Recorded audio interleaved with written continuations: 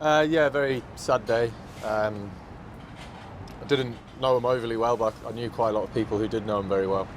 Played a lot of cricket with him, and yeah, there was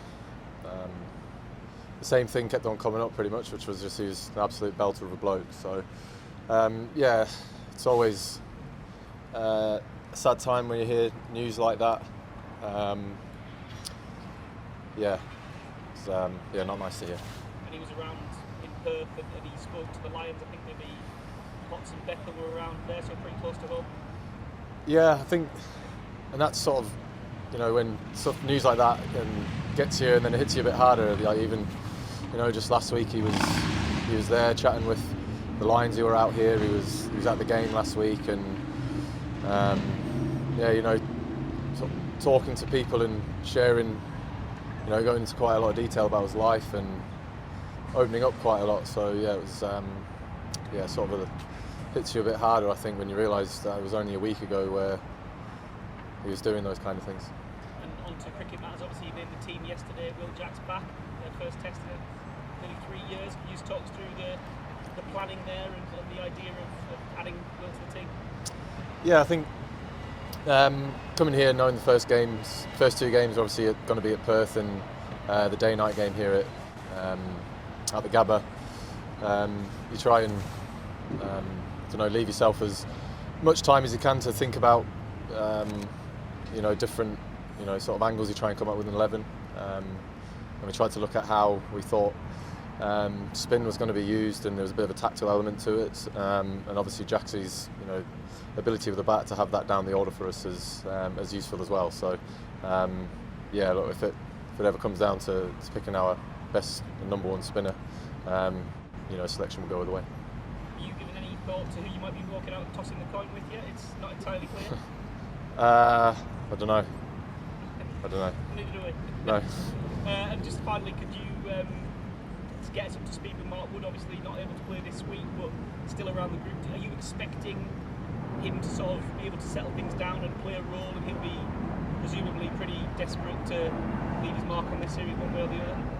Yeah, definitely. Look, I think with Woody, obviously a little bit of a setback, but you know, doing everything that he can, and the medical group are doing everything they can to try and get him available to potentially be available section in the last three. But yeah, look, we've got a lot more time to go on this tour, and we'll just see things how play out with that. Jess, go ahead. Literally just got notification Australia's going to announce their team at the toss. Do you see that as mind games? What do you see? Are you happy to, you know, keep the country and yourselves waiting, or? I see it as they probably don't know what 11 they're going to pick until the toss. So yeah, we'll just have to wait and see what 11 they go with.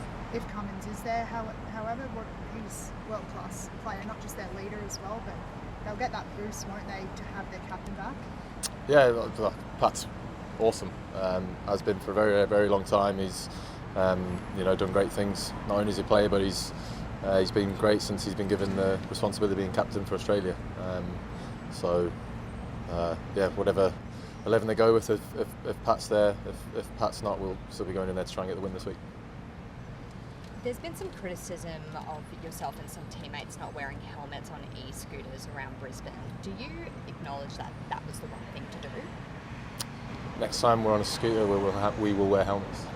Do you think an apology is owed to Queenslanders? Next time we're on scooters, we'll wear helmets. Are you not going to make any further comment about this, other than what you've just said? No, I'm going to move on. Stefan, thank you. I think, and then if you were going for your number one spinner, there might have been a different decision. So what conversations have you had to have with Shoaib to explain to him why he's gone the way you have this week? Yeah, like as Baz does the sort of the telling of good news and bad news, and I'm there for follow-ups, and it's pretty much like that. It was you know, we thought that was the best 11 for the conditions and the circumstances of the game. But yeah, but he knows that if it comes down to picking our best spinner, he's the man. There's still a big chance for Will to establish himself in the side. Yeah, definitely.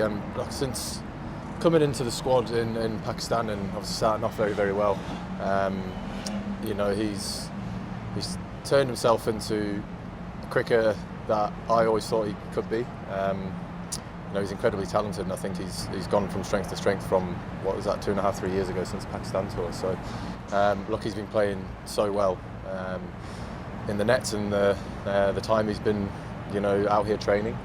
So yeah, it's great for us that, you know, we've got someone who's looking in pretty good order coming into a big test match. The last day-night test, Ben, you played in New Zealand, you were able to sort of manufacture the declarations to your advantage to bowl under lights. I mean, clearly things have to play out for you to do that, but you're open to getting quite creative in this game to make the most of the pink ball under lights and things like that? Yeah, I think there'll be times in the test match where, you know, you'll probably be presented with something like that. Obviously, in that test match in particular, the way that it turned out was we had a couple of guys go and, you know, make some pretty big scores and do it very, very quickly, which allowed us to be able to get that declaration and use the lights to our advantage. It's commonly known that it is pretty difficult. Well, it's a lot more difficult under lights than it isn't. So yeah, look, it worked brilliantly well for us there. You know, but you know, that's not going to say that's what we're going to go out there and try and do, but I guess if there's an opportunity that presents itself to you in a game where you feel like you can use those lights to your advantage when you've got the opportunity to bowl, I think both teams will be trying to capture that. Would you consider taking the new ball, Ben, to nibble it around a bit in the finishes? Not with this bowling attack they've got, no. Yeah, pretty confident that Joff and Gus are pretty good new ball bowlers. And there's been a lot of debate this week about the opportunity for this team to make history here in a place that you guys haven't had great success at, that Australia hasn't been particularly strong at in recent test matches. What excites you about this opportunity, and do you see a weakness there from the Aussies, even though they are the masters of pink ball? Do you see a weakness of the fact that their last pink ball match here was a loss? Oh, not really. You don't try and read into too much around what happened in a result in the last time a team played there. Look, we've got grounds in England where we know that when we turn up there, you sort of have that extra bit of confidence because of not necessarily your record there, but how the crowds are. You know, we've got Edgbaston, Headingley. I feel like Gabba is quite sort of like their Edgbaston or Headingley to Australia. But look, they've got a great record in pink ball Test cricket, and yeah, look, we're just excited to get going, and yeah, hopefully we can get the win this week. Take a couple more. It would be harder, do you think, for Travis, when he opened the other day, it felt like a bit of a cameo, nothing to lose kind of thing, but now he's, you know, a proper opener, might have it for a long time. I mean, like, would that change his mindset, do you think, instead of just going out and freewheeling like he did? No, I don't think so. I think you look at how successful Travis has been in his Test career so far. I think everyone knows the sort of what Travis is like as a player. He's someone who takes the attack to the opposition.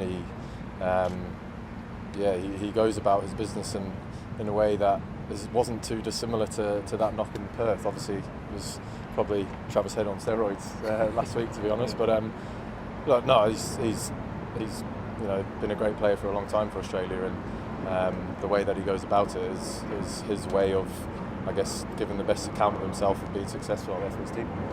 One to our left, back here, yeah. Go ahead. Now, obviously not the result in Perth, but to take that same sort of proactive approach with that into Gabba, do you have to tweak anything, or do you sort of stick with the way you went into mindset? Yeah, I think mindset is, you know, everything when it comes to sport in general. You know, it's when you get put in all types of different situations. You know, it's one thing is, as long as your mind is very clear about what you're going to go out there and try and do, that's the most important thing. And yeah, look, I've got complete trust in the players that we select to go out there with that mentality of being the person who's going to influence the game in the right way for us.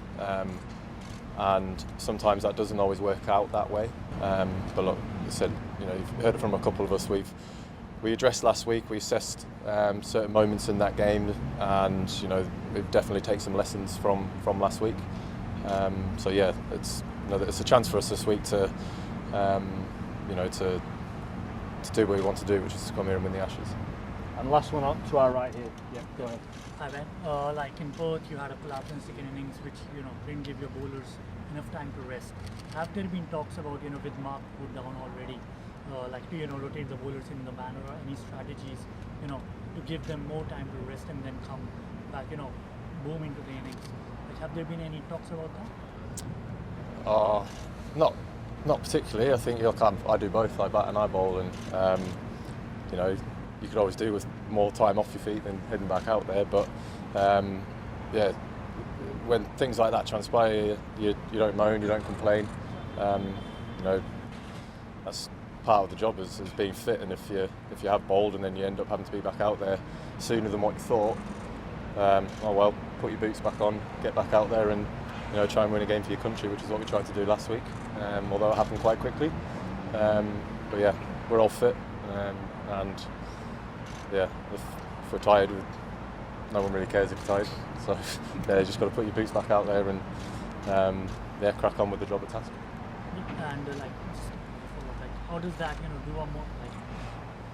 a morale thing for the team, that coming into the sun again, because Brisbane is hotter than in terms of condition, and with the pink ball already being there, like how much pressure would you come with if you were put into that situation again, defending, let's say, a big program with only 4 fast bowlers? Yeah, I mean, you get put in pressure situations all the time when you walk out there and in the heat of the battle. But it's same sort of when you're tired. If you feel like you're under pressure, or if you feel tired, it's actually, if you could look at it, it's actually sort of privileged to feel those feelings when we're out there playing for England. And so just that's the way that I look at it. I've been lucky enough to be able to do something that I've loved and wished that I could have done when I was a kid. So if I'm out there and I'm in a pressure situation or I feel tired, it's I'm privileged to be able to be in those situations because it's something that I love doing.